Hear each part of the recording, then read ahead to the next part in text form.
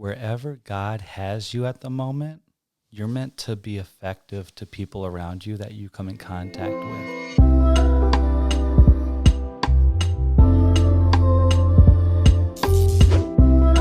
Jay Blansett in the house. What it do, baby? What up, Nick? What's up, bro? Glad to be here. We've been trying to get this down for at least 3 weeks, I think, and you finally made it by the grace of God. Thank you for being here, Jay. Yeah, thanks for the invite, man. This is something I've really been wanting to get off my chest. Yeah. Me and Jay have some things that we want to talk about. First, I wanted to talk about a little bit about, just go right into it, purpose. And question I want to bring up, how do you know your purpose? Maybe you can relate it to yourself specifically. How do you know your purpose, Jay?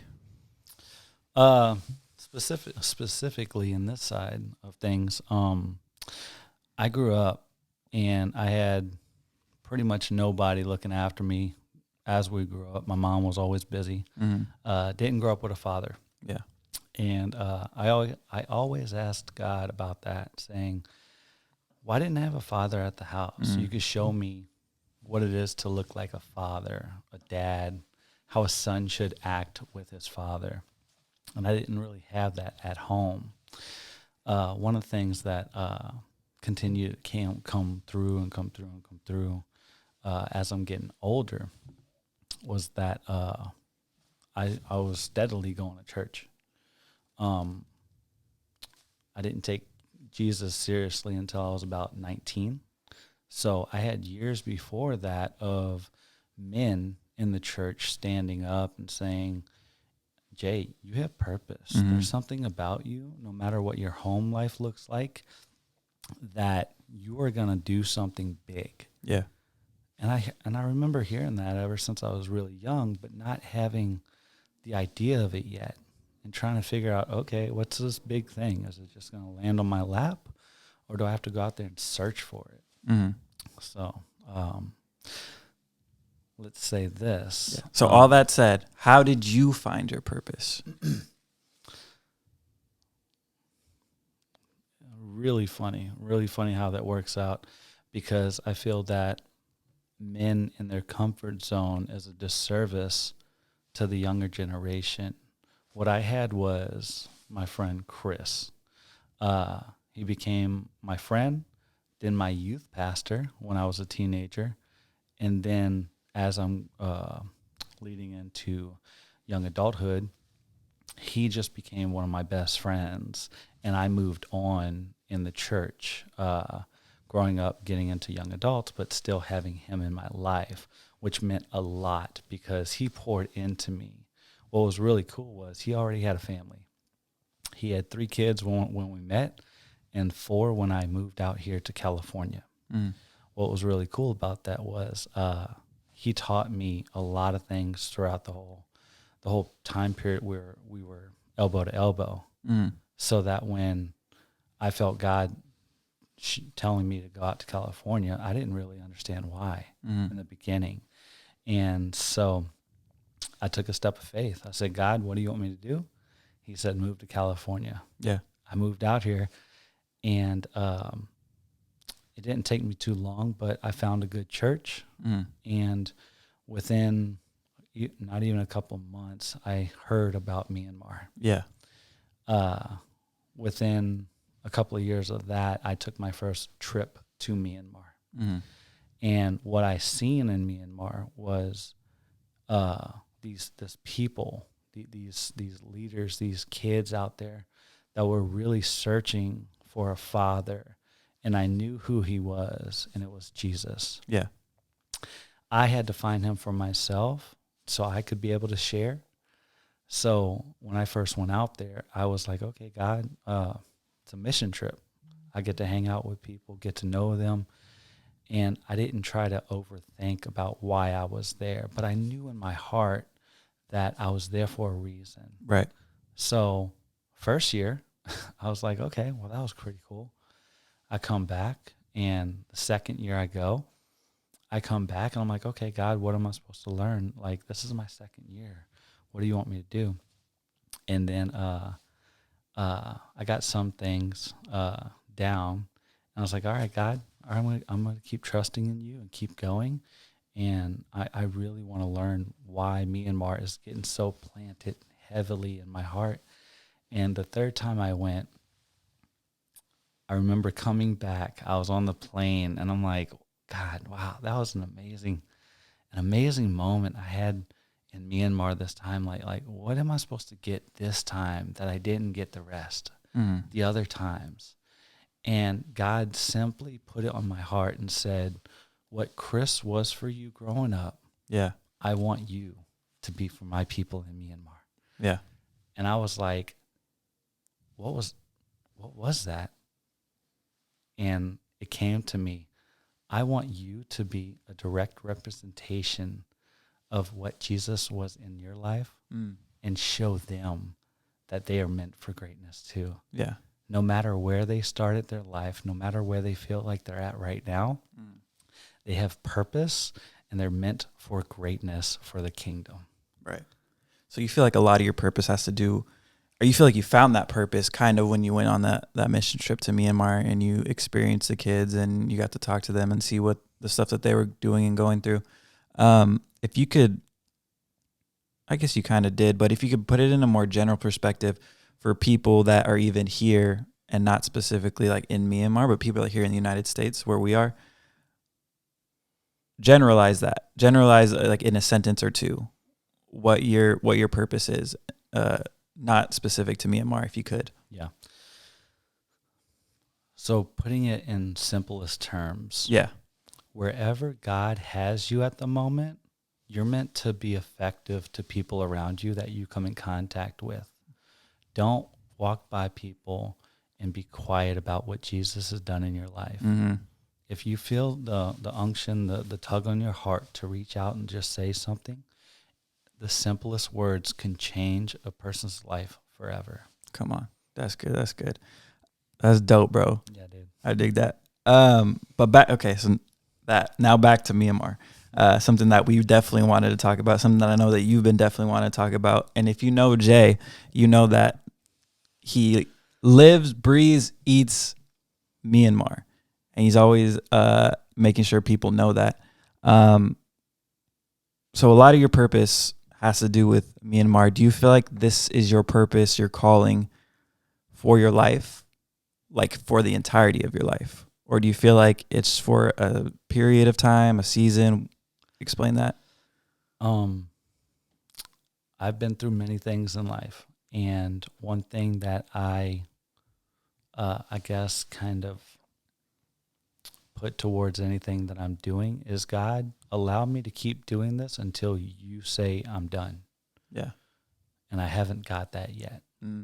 So you're not putting like a stamp of, I'm doing this for my entire life.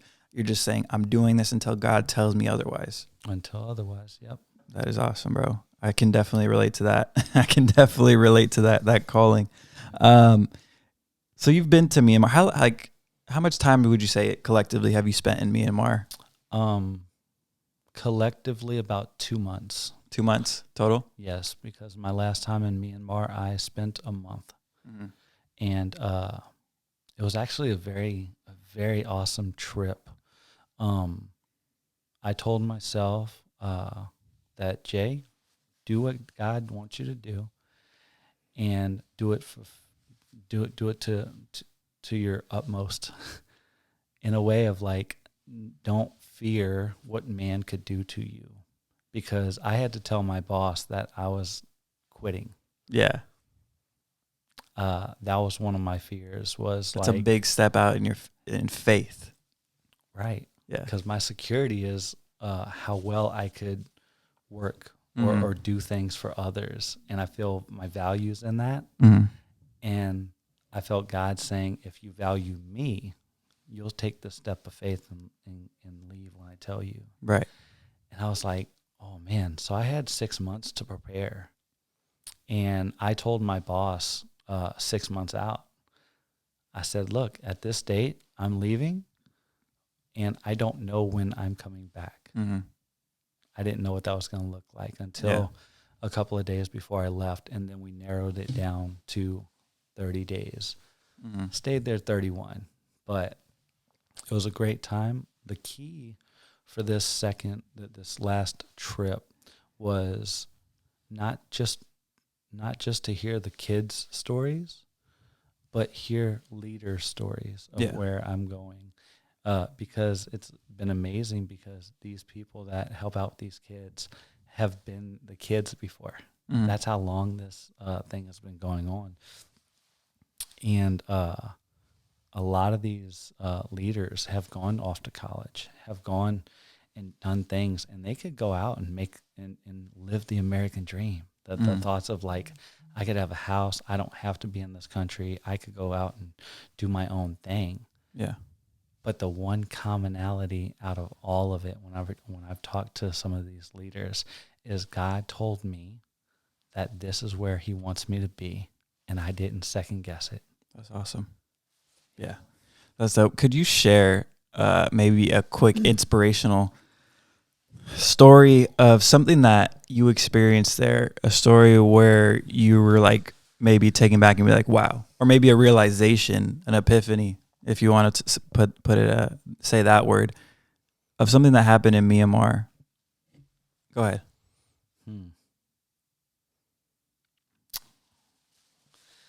There's always stories. Yeah. So there's a place in Myanmar called, of course, I have a brain fart, Kalemie. Kalemie. And it is a small town in North Myanmar. And I absolutely love this town. Like, it's a beautiful place. It's near the Silk Road that leads into Asia and India. And there's just a lot of stuff in that small town that's happening that you could just see God in. It's, first of all, Myanmar is a highly Buddhist country. Right. And it's amazing what God is doing in that country. So as I'm in that country, I'm on my trip, and I got to spend days with this one orphanage leader. And he kept trying to point me out to touristy things, like, oh, you should go check out this spot. You should go do this. You should go do that. Yeah. And I want to show it to you. But my mindset was, what do you have to do right now? And come to think about it, he was getting ready to do a small trip in the mountains, and that he had a van. Tires were worn down a little bit. Transmission was playful. There was just some things. A little bit sketchy. Just a little bit sketchy. The mountains up there are already sketchy. Yeah. Okay. There's landslides yearly. Yeah. Like, it happens. So if you're going to go out in the mountains, you need to make sure that you're ready. Jeez. So I said, you know what? I just want to hang out with you. I don't think he's ever heard that from an American. Dang. And I sat at these mechanic shops with him, these hardware stores. We jumped in a trike and rode around a little bit to go do our little shopping. And it surprised him that, like, I just wanted to spend time with him. Right. Like, the kids are at the orphanage. His wife is cooking, and they're just doing their thing. And I'm spending time with him. Right. That meant so much to me, because I got to see him in action. Like, he didn't say, oh, we don't have enough money, we don't have this. It's like, God will prepare. Yeah. God will prepare. And it was great, because we would go to this machine, let's call it a mechanic shop. It was actually somebody's house that was up on stilts, because it floods. Yeah. Up on stilts, oil all over the ground, because there was, this has not been the first car that came through that yard. Yeah. And they had these young mechanics that just came up and tinkered with the van, looked at it, and I was like, wow, these guys know what they're doing, and I got to actually sit down with him. And in my own world, I was like, tell me some stories about you, and I got to dive in a little bit about him and get to know how he started. Right. And it was funny, because he came to a realization that he could be real with me. Yeah. That I wasn't here to be the token American that wants to partner with you because I feel like God put us together. Right. It's like, no, man, I want to get to know you too. Mm-hmm. It's about the kids. It's about what God's doing here. Mm-hmm. But you're leading this. Right. It's amazing. Can you tell me more about you? Yeah. And he was like, I don't know where to start. And I Yeah. was like, I love it. Yeah. Because that's how I feel sometimes when somebody catches me off guard and actually wants to get to know me. Right. That's why it might have taken 3 weeks for me to get here. That's right. No, but to speak on what you just said, even back to the conversation before we actually started rolling the cameras, it's about people, man. Yeah. People matter, and it's like if we don't do anything with the purpose of loving God and loving people and holding those to a high esteem in everything that we do, it's pointless. It doesn't really matter, you know. Yeah. So that's kind of what has happened in Myanmar and the things that you've experienced there in the past. Can you talk a little bit about, I understand they're going through a lot right now, just by being in proximity to you and bringing awareness to me and to, everyone that is in close proximity to you. What is exactly, if you can't speak on, what is going on there in Myanmar 2021? Well, February 1st, military signed a coup because of the election that happened in November 2020. What is a coup? What is a coup? It's pretty much saying this is happening no matter what. It's like a decree. That we are going to do this because we want to make sure that the election was fair and controlled and free and, I guess you could say, free and right. Or the military just doesn't believe that the election was done right. Yeah, there was some weird stuff going on. So instead of, let me bring it back and tell you kind of how this thing started. 2009, they signed into law this National League of Democracy. And in 2015, they had another election, and they won it by a landslide. Before this, the country had like 50 years of just craziness of, I think socialism or communism. But on top of that, the country was done. They seen what democracy could do for them, and they voted for it. Yeah. And so it won by a landslide in 2015. 2020, we're having a new election. Yeah. And so with this new election, the National League of Democracy, their side won 80% of the vote. The military didn't believe in that. It's just like any other voting system. You hope it was somewhere close to the middle. But by having still the old generation, knowing what Myanmar has gone through, and no longer wanting that, they were done. So 80% to me, knowing how Myanmar wants to be run from now on, didn't surprise me. Yeah. I was like, that sounds right. Just to let you know, in the last 5 years of my life going to Myanmar, the first year I went there was 2016, and there were many buildings there that look ran down.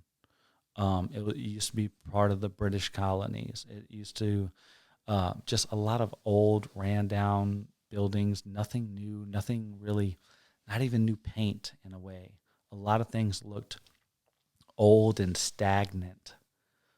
But the amazing thing that I noticed every year, year in, year out, I would go there and say, wow, is that a new building? Is this new? Okay, all right. So the next year I would come and say, hold up, they have a hotel here. Yeah. That wasn't here the last year. Yeah. They keep growing. And things kept going and growing, and construction was happening. And it seemed like Myanmar was getting on their feet. And they were like, we like this. Let's get this going. Let's move this forward. Yeah. And what was amazing was one of these buildings that I seen was in a new, I guess new to me, had a big lit cross on it. Yeah. That's dope. And I was like, a big cross in a Buddhist nation? I would have never thought. Right. But I said, okay, all right, God, I see you. Mm-hmm. Let's see this move forward more. Yeah. You know, but coming into 2019, 2020, right. I was expectant. I was like, wow, God's doing a lot of stuff. Then COVID happened. Yeah. And then I wasn't able to go visit. But I am grateful that I'm still able to communicate with many of the leaders and many of the older kids. Yeah. So at least I have that. And I said, okay, God, what do you want me to do now that I'm not in the country? And it's to be a voice here in America. Yeah. And I think I'm trying to do that best I can. That's awesome. I feel like you're doing it. You're bringing a lot of awareness. Talk about like some of the not so good things that are happening really quick, and then we'll end it. I have one more thing to ask you, but if you could talk about some of the not so good things and how some practical ways people can help here. Okay. Well, a lot of things that are happening there, I don't believe that there's a lot of things that I see that could be done way better. Myanmar is not like America. They do not have a way to defend themselves because it's either you listen to the military or you get ran over. And right now, a lot of people are getting ran over. Yeah. I believe Myanmar, the people in Myanmar are doing the best they can to hold tight to what they believe the democracy is and what they want in that country. But as of right now, they cannot step a foot forward because they're living in fear. One thing I'm doing right now, I actually found a church in, I think, Myanmar, close to San Diego. And the pastor has a lot of Myanmar refugee friends that actually live here. Yeah. So I'm in the process of connecting with them. And then by connecting with them, letting them know I have a past of going to Myanmar, I believe that we're going to bring a lot of people up. Instead of just giving you a name of refugee, you're a person. Yeah. You're valuable right where you're at. God has you where you're at for a reason. Yeah. But I want to be a voice. I want, even if I could be in open arms. Yeah. You know, for that person that doesn't feel that they are worth it or they don't feel valued, they're not heard. I want to be that ear for them, that shoulder they could cry on in a way. Yeah. Because I feel it. Yeah. That kind of ties into my last question for you, which is, oh, wow. Got something in my throat real quick. Cheers. Cheers, sir. Talking about that, and that definitely ties into your purpose. What is next for you, Jay? What do you feel like is the next big thing? Because I feel like there's always something next for you. As long as I've known you, there's always been a next thing where it's like, I'm planning to do this. I'm going to do this. What is next for you? Do you feel like, what's the next big thing do you think is going to happen in your life that God's going to do through you? I feel that I really feel like talking to the Myanmar refugees here in America is going to be a life changer. Yeah. Not only for me, but for them, because I want to understand their hurt. Yeah. Even if they're in America. Yeah. Because I have family. I'm not from California, and that's where we're doing this podcast. I have family back in Louisiana. So whenever there's a hurricane, some type of storm, some type of big thing that happens down there, the first thing I'm thinking about is my family and trying to contact them to make sure they're okay, to make sure that like they're safe. Right. And I feel that we need to be thoughtful of people here that have left Myanmar because of circumstances to try to get into a better life, but know they had a past, and open that up and say, I would like to get to know you. You're valuable. I want to do that. I just feel like this next step in my life is to have Myanmar across the Pacific Ocean, but also have Myanmar here in the States. Yeah. And try to bring them together somehow. Yeah, you're still trying to figure that out a little bit. Yeah. I definitely think you're going in the right direction. Just hearing you talk about communicating with the refugees that are here in California, San Diego, I think that in itself is going to open up a lot of doors to figure out what to do next, and that's really cool. And I feel like even that mindset that you have, where it's like you're not looking too far ahead, in the sense where it's like you're always listening to God's voice and hearing, what do you want me to do right now, God? Because we can have our plans for the future, and we should plan our future, but we should always be open to God shaking that up in whatever that looks like. So Jay, I appreciate you coming on. I appreciate you sharing your story, your purpose. Myanmar, a big part of that. Is there anything else that you wanted to kind of add, or do you feel like you're good? I just want to say to people that are hearing this, I didn't start this journey all out. I started this journey one step at a time, feeling God wanted me to go, and I went. Yeah. There's journeys for everybody, and I feel like some people that are listening to this right now, you know what to do. Take that first step and trust God. There it is, Jay Blansett in the house, bro, bringing the heat. I love that was a mic drop right there. I love it. Jay, where can the people follow you on Instagram? Instagram, I am NONSTOP James, NONSTOP JAMES. You heard it here. Follow my boy Jay. He's doing big things, making big moves. About to do some big God moves. Appreciate you, Jay. We do COVID fist bumps here until we're all the way out of COVID. Guys, make sure you like, share, subscribe if you're on YouTube. Thank you for listening. If you're listening on any podcast platform you're on, make sure you subscribe on there too. We will get you on the next one. Peace.